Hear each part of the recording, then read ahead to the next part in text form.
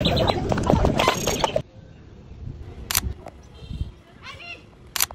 Greetings everyone, আসসালামু আলাইকুম। আজকে বন্ধুদের সাথে চলে গিয়েছিলাম আমাদের সোনারগাঁয়ের যে ঐতিহ্যবাহী পানামনগর, সেই পানামনগরে। তো ভিডিও লাস্ট পর্যন্ত থাকো।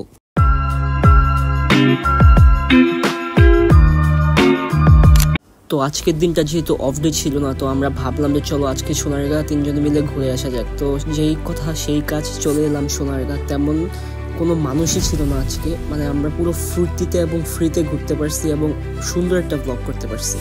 তো পানামনগর নিয়ে আমার নর্মালি কিছু বলার নেই, কারণ অলরেডি আমার চ্যানেলে একটা পানামনগর নিয়ে ভিডিও আছে, তোমরা সেটা গিয়ে চেক আউট করতে পারো। তবুও আমি কিছু না কিছু তোমাদের যা যা দেখাবো তা বলার চেষ্টা করবো। তো পানামনগরের যে পুরোনো বিল্ডিংগুলো আছে, সেই পুরোনো বিল্ডিংগুলো মূলত হিন্দু বণিকরা তৈরি করে 19 শতকে, এবং তারা ইন্দো ইউরোপিয়ান এবং মুঘলদের একটা স্মৃতি স্মারক হিসেবে রেখে যায় সেখানে।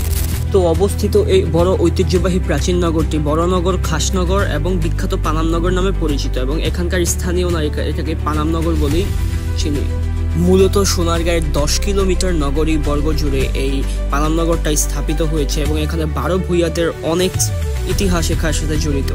তো এই বিখ্যাত পানামনগরটি মূলত 200 বছরের পুরনো। যেহেতু 200 বছরের পুরনো, তাই এখানে যে স্থানীয় সংরক্ষক এবং সরকার আছে, তারা প্রতিটা বিল্ডিংয়ে একটা করে নাম্বার টেক লাগিয়ে দিয়েছে, যে এটা হচ্ছে এত নাম্বার বিল্ডিং, ওটা হচ্ছে অত নাম্বার বিল্ডিং, যা আমাকে খুবই ভালো লাগছে, খুবই মন্ত্রমুগ্ধ করছে আমাদের।